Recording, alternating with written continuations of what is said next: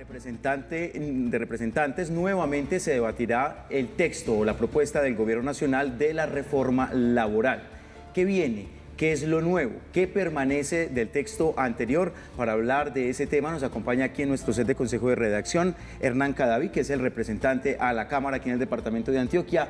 Bienvenido a Consejo de Redacción, un gusto tenerlo aquí con nosotros. Muchas gracias, muy buenos días a ustedes y gracias por esta oportunidad para conversar de un tema que en mi opinión es trascendental para el futuro productivo de este país. Bueno, representante, ¿qué es lo que pasará hoy en el Congreso de la República? ¿En qué punto vamos de este debate? Bueno, hoy vamos a empezar realmente la discusión sobre la ponencia del gobierno en el segundo debate de 4 necesarios de la reforma laboral. Nosotros hemos venido haciendo una advertencia sobre los riesgos que implica el texto en las formas en cómo se ha presentado. Y no es, digamos, básicamente una opinión de opositores, sino que el Banco de la República en su estudio técnico ha dicho que si el texto llegara a pasar en los términos en que hoy se encuentra, eliminaría alrededor de 450.000 empleos.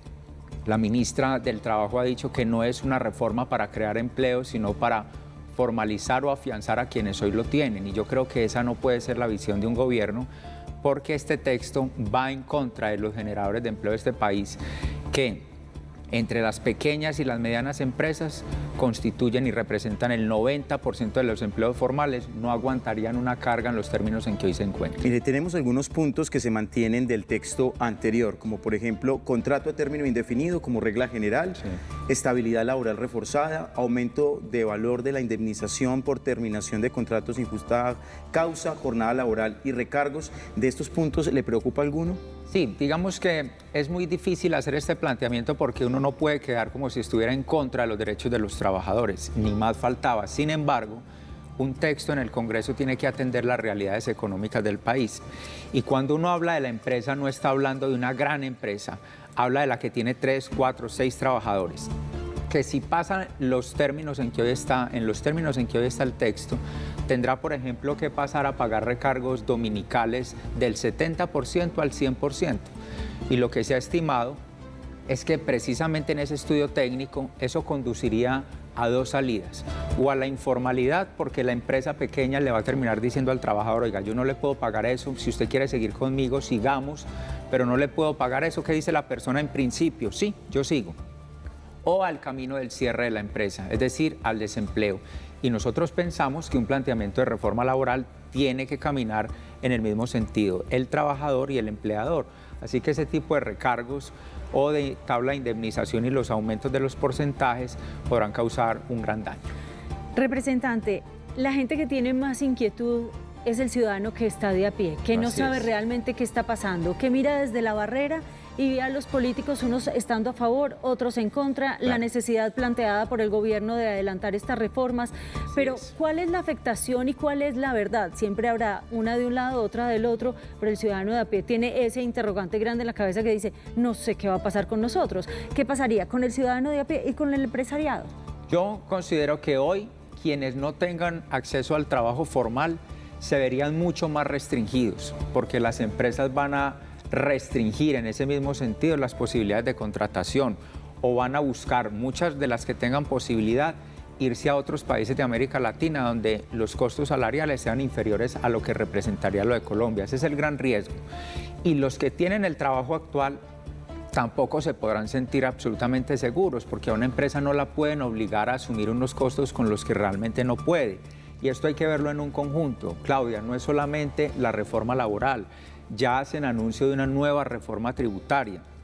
Sectores como el de la minería, por ejemplo, terminarían con una carga impositiva algunos del 80%, las hace absolutamente inviables. Aquí lo que hay que dejar de presente es: sí necesitamos mejores condiciones laborales, hay que hacer reformas, pero no las que destruyan una empresa, porque sería absolutamente inviable para el país. Representante, pues yo lo invito a que vamos a la pantalla para que le hagamos un esbozo general y lo más práctico para los televidentes de cuáles son esos principales artículos que contempla esta reforma laboral. Entonces, si me acompaña para que expliquemos al menos estos que pueden ser los que generen mayor impacto y a los televidentes les quede un poco más claro, porque son muchos artículos, es una reforma muy amplia. Entonces, hablemos de esa jornada nocturna que iniciaría desde las 7 de la noche, hoy por hoy inicia a las 9. Si esta reforma llegara a pasar, ¿Se anticiparía entonces el horario nocturno con recargos a las 7 de la noche? ¿Qué implicaciones podría tener Así es, desde el año 2002 en la reforma, en la circunstancia de país que existía, se llevó a que la jornada diurna fuera hasta las 10 de la noche. Luego se reformó a las 9 de la noche. La reforma pretende que sea a partir de las 7.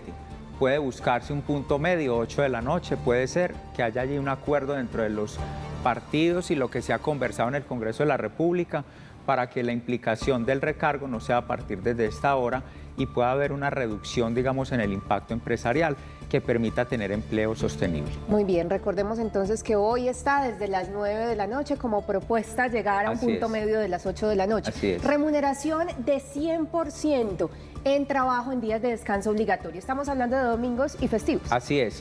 Hoy se encuentra en un recargo del 70% y ha sido, digamos, sostenible para la empresa. Podría llegar a encontrarse en las realidades del Congreso que aumente a un 75%, tal vez un 80%, pero un 100%, es decir, duplicar el pago por el recargo el día del descanso obligatorio o del domingo del festivo, pues evidentemente hace parte de ese riesgo que ha estimado el Banco de la República, insisto, en su estudio técnico, que diría, mire, ¿sabe qué? Sencillamente las personas dejarán las empresas, las que puedan hacerlo, de prestar servicio el domingo, pero las que tienen la obligación de hacerlo porque tienen jornadas de trabajo de 24 horas o sencillamente su servicio no lo pueden detener ni domingos ni festivos, pues evidentemente o una de dos alternativas, o va a llevar al despido de algunas personas o va a llevar a que simplemente se encarezca un producto final al consumidor, sin duda alguna.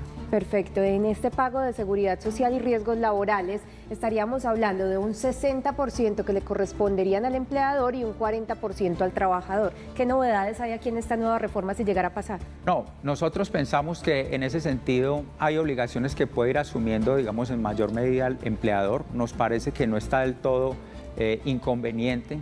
Hay sectores del país, por supuesto, que siempre dicen a mayores costos, pues mayores dificultades, pero no es un artículo que nosotros veamos como el de mayor preocupación en esta reforma, sinceramente. Muy bien, y en la jornada flexible para trabajadores con responsabilidades de cuidado, sí. ¿Cuál sería aquí el punto? Hay un punto y es que lo ha dejado con una gran apertura. Es decir, no solamente son las personas que tienen una responsabilidad dentro de la familia, sino que dicen cualquier persona que pueda aducir, yo tengo que cuidar a una persona en mi casa sin tener que probarlo, digamos, de una manera concreta, lo que nos parece que tiene que tener mayores controles. Nosotros pensamos que está bien, que se puede tener a una persona que no sea del círculo familiar, que tenga responsabilidades en temas del cuidado en un hogar, de una persona enferma, etcétera, pero se tiene que incorporar mayores mecanismos de probarlo, porque de lo contrario se va a convertir esto en un mecanismo de evasión del trabajo. Representante, la reforma laboral también habla de medidas para la eliminación de la violencia y el acoso en el trabajo, lo que sin duda redundaría pues en beneficios para los empleados. ¿Qué podemos decir de este artículo? Esto es una realidad. Hay un gran porcentaje de indicadores de acoso, especialmente a las mujeres, acoso laboral, acoso sexual en los círculos laborales. Sin embargo, pensamos que hay que darle mayores instrumentos. Una sola política de la empresa de vigilar, de cuidar, de inspeccionar no va a ser suficiente, porque esto es una realidad con la que estamos de acuerdo. Muy bien. Por aquí hablamos de la licencia de paternidad que subirá de 2 a 6 semanas. Un punto de mucho debate desde la semana anterior. Bastante debate. Hay países de América Latina que cuando se va a otorgar la licencia de paternidad tienen 2 días, otros países 5 días. Ahora la tenemos en 2 semanas en Colombia y la pretenden llevar a 6 semanas.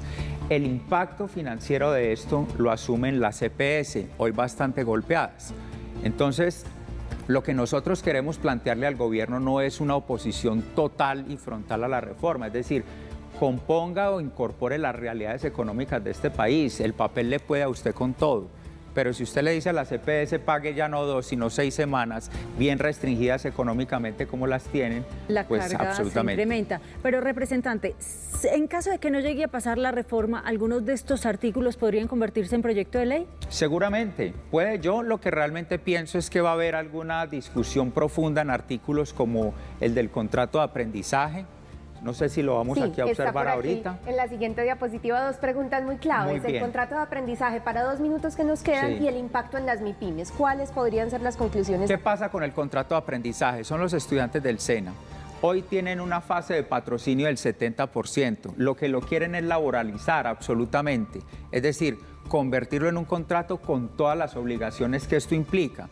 Pero a la vez el empresario tiene, o el generador de empleo, tiene la alternativa de la cuota de aprendizaje. Entonces, ¿qué va a terminar pasando? Con el costo que representa un contrato de aprendizaje con todas las incorporaciones, van a terminar optando por pagar la cuota y prescindiendo del estudiante. Entonces, al final del día, lo que va a causar es la eliminación, la posibilidad de la inserción laboral.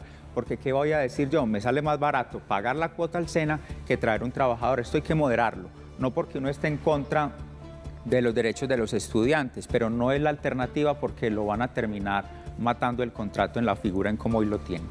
Y la siguiente pregunta, representante, también ya un minutico para esta respuesta, el impacto en las MIPYMES, las pequeñas y medianas empresas. 80% del trabajo de los trabajadores en Colombia están dentro de las pequeñas y medianas empresas.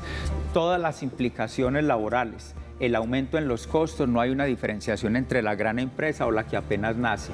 Una empresa que nace con las cargas tributarias, con la incorporación de las obligaciones de la reforma laboral, con la circunstancia económica actual, sin estar ligado al crecimiento económico de un sector, simplemente termina o llevándolas a la informalidad o matando estos emprendimientos y esas pequeñas y medianas empresas. ¿Qué decirle finalmente a esos televidentes que están de acuerdo con este texto, que están de acuerdo con esa reforma que plantea el gobierno nacional? Muchos de ellos dicen es que nada les gusta y no se quiere sacar adelante este proyecto, mire que cada vez son más las dificultades, bueno, tienen varios argumentos. ¿Qué decirle a esas personas? Que no le decimos que no absolutamente, que hay que encontrar equilibrios, que el trabajador y el empleador tienen que navegar en la misma dirección, que el papel puede con todo, que uno quisiera que fueran todos los derechos absolutos, pero hay unas realidades y esa realidad nos implica buscar un equilibrio y ese equilibrio es sostener el empleo y abrir las posibilidades de que se puedan crear más. Finalmente, ¿cómo está el ambiente? ¿Se archiva, se hunde, se va a votación? Yo creo realmente que en la Cámara de Representantes se van a corregir algunos de estos artículos, va a avanzar a la plenaria, al debate del Senado,